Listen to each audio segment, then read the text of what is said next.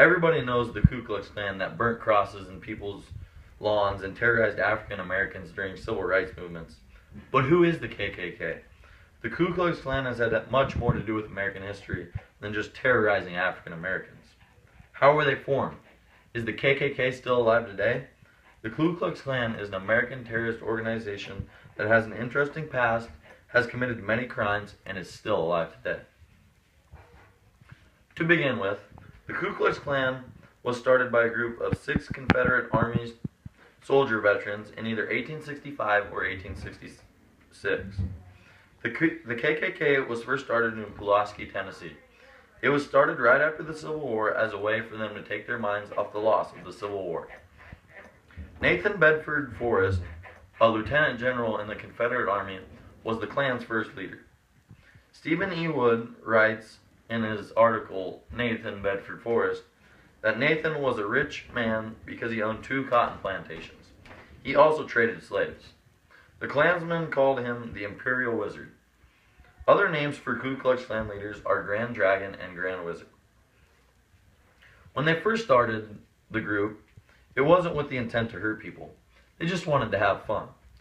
The KKK was a social group that met every month to play pranks on people. They decided that they need costumes and a name for them to be considered a true social group. They brainstormed names and Ku Klux was said. According to Merriam-Webster Dictionary, Ku Klux is a Greek word that means circle. That is where the Ku and the Klux came from. Then somebody suggested that Klan be added to the end of it and that they change the C to a K. The name stuck because everybody liked the alliteration of the K's. They then went to the closet to look for costumes. In there they found bed sheets and pillowcases. They put them over their heads and cut eyes out of the pillowcases, and that's what they got for their costumes. At nights, the group would ride out on horses just to visit people and to make them laugh. Their horses also had bed sheets draped on them.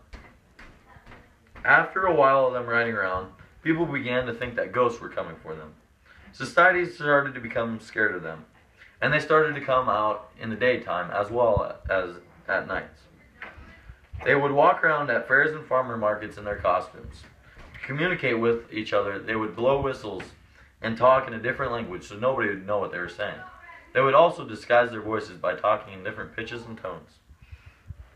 They soon realized that society started to become scared of them.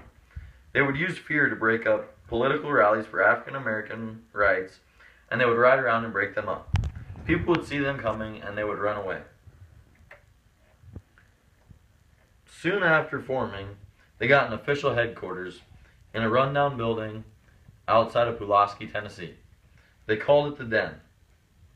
Multiple chapters began to form, and the term Clavern was used to describe these chapters. In the past, the KKK has committed a sufficient number of crimes. One very notable crime was the bombing of the 16th Street Baptist Church. This happened on September 15, 1963 in Birmingham, Alabama. According to David J. Garrow in his book, 16th Street Baptist Church Bombing, the church was a very prominent church that many civil rights leaders attended, and the church was also occasionally used for civil rights movements. Martin Luther King Jr. was one very notable civil rights activist that attended meetings at this church. On September 15th, 2 KKK members set off a bomb in the church. The bomb killed 4 African American girls and injured 20 more. The KKK also currently commits many crimes that classify them as an American terrorist organization. On October 23, 2012, a 20-year-old African American woman was doused in a flammable liquid and set on fire by 3 men in white hoods. She got third-degree burns on 60% of her body. They also smeared paint on her car to write racist sayings and KKK on her car. This all happened in a local park. Another incident occurred in Oklahoma in October of 2007. Klansmen wearing white hoods rode through a black neighborhood on horseback, just like when the Klan was first started. From the interesting history and the numerous crimes, the KKK has played a key role in shaping our society. Although most people wouldn't think it, the KKK has played a big part in American history.